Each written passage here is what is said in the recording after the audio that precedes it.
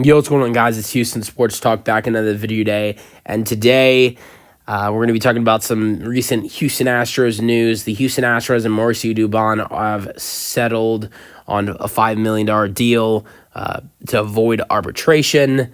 Last year, the Astros and Dubon were not able to settle, and that was an interesting thing for the Astros at that time during all the arbitration deals happening. The Astros, were able. It was him and Kyle Tucker. They weren't able to work on the arbitration deals. I know there were some guys last year that the Astros were able to, work deals out with. But Mauricio Dubon was one of those guys last year that the Astros did not make that work. But this year it does. They agree on $5 million, and so that's all good. But Mauricio Dubon, who I think very well might have a better role with this team next year, playing more. I mean, Dubon played a lot last year, 137 games, 428 plate appearances, 402 at-bats, 45 runs scored, 108 hits, had 25 doubles, 4 home runs, not a big home run hitter, but 47 RBIs. He had 3 stolen bases, batting average was .269, so OPS was .660. But yeah, so I think Dubon's a great player. He's very good defensively too. And I think the best thing about Dubon is you can plug him really pretty much anywhere. All the outfield positions, you can pretty much play him throughout the whole infield. The Astros last year started to explore a little bit at first base with Dubon. I don't think that's so terrible, but it doesn't do.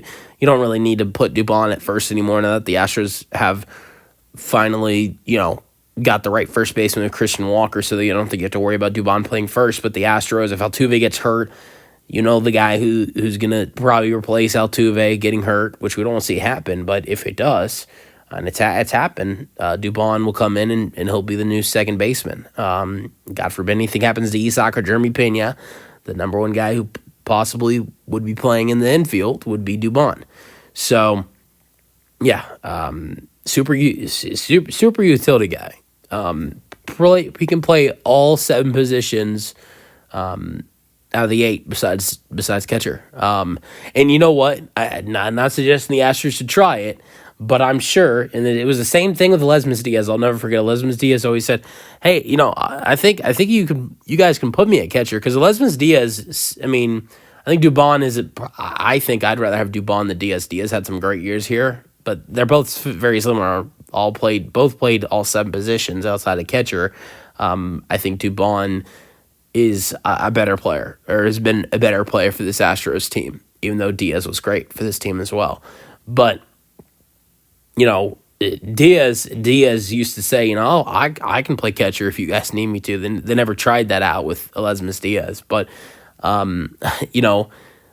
think Dubon's probably a little too skinny to be a catcher, but it wouldn't surprise me if he could go out there and try that, which I don't think the Astros will do that, though.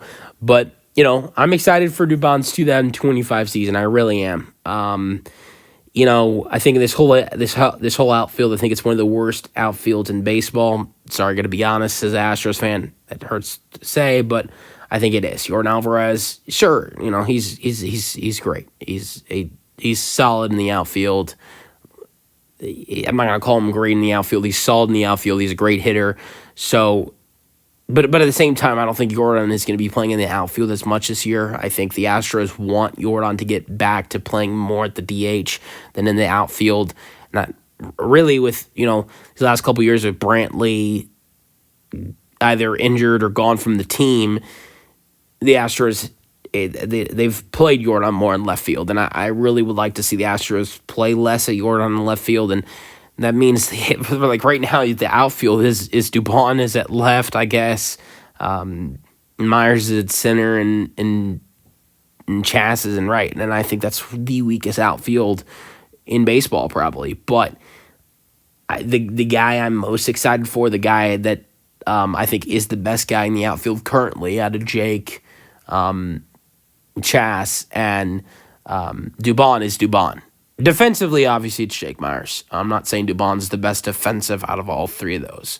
But offensively, I actually don't mind Dubon being like I actually do not mind at all if Dubon's an everyday player. This guy batted near 270, basically right around the corner of 270 at 269. So I really could care less if Dubon's an everyday starter. It's the guys like Jake Myers or Chas that worry me about being everyday starters. Jake Myers actually not super worried about him being an everyday starter because of the value he brings defensively. But it's more of the Chas McCormick. Like, I'd love to see the Astros sign Anthony Santander or Alex Verdugo. And I know that Verdugo is not the best offensively, but I think he's much better defensively than Chas and also much better offensively than Chas. But I will say this. If Chas McCormick could get back to the offense he had the two prior years before this season, this lineup is a lot better than people are anticipating. But let me know your thoughts on the Astros and Dubon agreeing on a 5-year arbitration deal. That's a video. Hope you guys enjoyed, and peace out.